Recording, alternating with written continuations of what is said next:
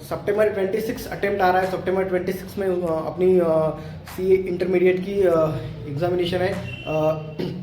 CA intermediate की examination के लिए अभी 1 महीना बचा है और आज 1 अगस्त है, कहीं ना कहीं 1 महीना बचा है। तो 1 महीने के लिए किस तरीके से प्रिपरेशन करनी चाहिए, लास्ट फेज में से 1-1.5 महीने में किस तरीके से अपनी प्रिपरेशन होनी चाहिए। सो कहीं ना कहीं आज की डेट तक आप लोगों की मैं ऐसे मान के चल रहा हूँ कि क्लासेस कंप्लीट हो गई है। आप लोगों का एक आधा रिवीजन एक रिवीजन भी आप लोगों का जो है वो हो गया है और वहाँ पर अभी आप लोग सेकेंड रिवीजन की तैयारी वहाँ पे कर रहे होंगे। तो सेकेंड रिवीजन करते टाइम एक चीज़ हम हमेशा ध्यान रखनी चाहिए, जब भी आप लोग सेल्फ स्टडी करते हो तो कहीं ना कहीं सबसे पहले तो क्लासेस हो गई है। क्लासेस नहीं लगाई थी तो सारी कंसेप्चुअल क्लैरिटी मैराथन से बोलो यूट्यूब लेक्चर से बोलो, कंसेप्चुअल क्लैरिटी होना बहुत ज़रूरी है। सबसे टॉप पे कंसेप्चुअल क्लैरिटी आती है। सो आप लोगों ने कंसेप्चुअल क्लैरिटी लेके रखिए। कंसेप्चुअल क्लैरिटी लेके रखने के बाद में आप लोगों ने फिर से अगर समझो सी इंटर लॉ है, सी इंटर लॉ के आप लोगों ने सारे सेक्शंस पढ़े, सारी कंसेप्चुअल क्लैरिटी ली, फॉरेन कंपनी क्या होती है, प्राइवेट कंपनी क्या होती है, पब्लिक कंपनी क्या होती है, प्रोस्पेक्टस क्या होता है, रेड हेरिंग प्रोस्पेक्टस क्या होता है, सेल्फ प्रोस्पेक्टस क्या होता है, ये सारी चीज़ें आप लोगों ने वहाँ पे, डिवेंचर्स क्या होता है, उसके बाद में डिपॉजिट्स क्या होता है, ये सारी चीज़ें आप लोगों ने वहाँ पे डेफिनेटली सीखी होगी। अगर आप लोगों की ये सारी कंसेप्चुअल क्लैरिटी हो गई है, फिर आप लोगों ने लिया सेल्फ स्टडी करते टाइम एक चीज़ ध्यान में रखिए कि सबसे पहले कंसेप्चुअल क्लैरिटी ले ली, उसके बाद में जो कुछ भी आप लोगों के नोट्स है सबसे पहले ये इंश्योर कीजिए कि जो भी मॉड्यूल में कंटेंट है वो सारा चीज़ें नोट्स में कवर है।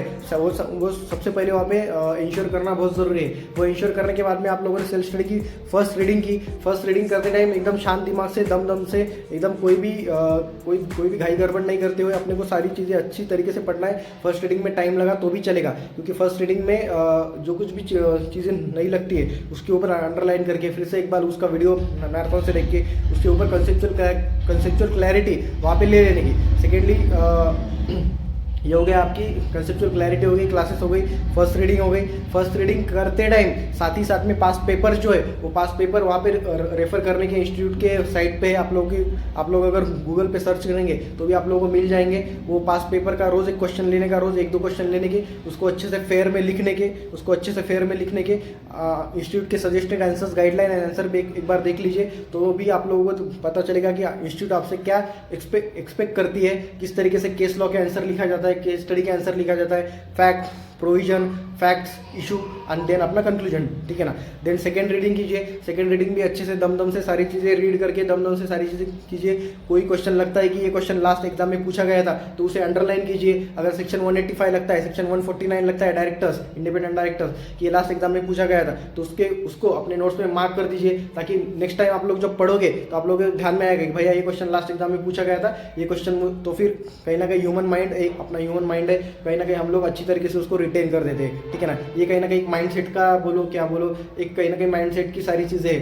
तो कहीं ना कहीं अगर पास्ट एग्जाम का कोई क्वेश्चन दिखे तो कहीं ना कहीं उसे अंडरलाइन अपने नोट्स में कर दीजिए। वही क्वेश्चन राइटिंग प्रैक्टिस के लिए लीजिए तो आपका क्या होगा, सारे पास्ट एग्जाम पेपर भी सॉल्व करके हो जाएंगे एंड राइटिंग प्रैक्टिस भी हो जाएगी। मतलब एक तीर में 2 शिकार हो जाएंगे। तो कहीं ना कहीं फर्स्ट रीडिंग हो गई, सेकंड रीडिंग फिर से एक बार मैराथन देखिए, मैराथन से कंसेप्चुअल क्लैरिटी फिर से एक बार लगे तो लीजिए एंड देन अपना थर्ड रिवीजन कीजिए। मतलब अगर मैराथन से चैप्टर 1 पढ़ा, देन उसके बाद में लगे चैप्टर 1 की self study, then second chapter, then उसके बाद में सेकंड चैप्टर की अपना सेल्फ स्टडी, इस तरीके से कीजिए। साथ ही में राइटिंग प्रैक्टिस करते जाइए, पास्ट एग्जाम पेपर देखिए, गाइडलाइंस आंसर देखिए। इस तरीके से अगर आप लोग अप्रोच रखेंगे एंड लास्ट में 80 मार्क के, 100 मार्क के, 70 मार्क के अगर आप लोग फुल टेस्ट पेपर दोगे, एक तरीके से डेफिनेटली आप लोगों का पासिंग का क्राइटेरिया बढ़ जाएगा। 30 मार्क के लिए आपको एमसीक्यू है तो definitely case based MCQ, direct MCQ, उसकी भी प्रैक्टिस कीजिए। वो मार्क्स हाथ से जाने नहीं चाहिए, 30 में से 20 तो उसमें हम लोगों को मिलने चाहिए, ये टारगेट रखिए। तो कहीं ना कहीं 50 मार्क, इस 50-60 मार्क हम लोग डेफिनेटली वहाँ पे स्कोर कर पाएंगे। तो इस तरीके से अप्रोच रखिए। कंसेप्चुअल क्लैरिटी मैराथन से एक बार सारी चीज़ें वहाँ पे रिवाइज कर लीजिए। देन उसके बाद में 2-3 readings, pass paper and then अपनी राइटिंग प्रैक्टिस एंड देन अपना टेस्ट पेपर, एक तरीके से ये अप्रोच रखिए तो डेफिनेटली आप लोगों के पासिंग के चांसेस बढ़ जाएंगे। कोई भी डाउट है तो डेफिनेटली इस वीडियो में कमेंट कीजिए, मैं डेफिनेटली आप लोगों को वहाँ पे उसका भी सोल्यूशन दूंगा। Thank you so much guys, bye. Follow for more updates related to CACS।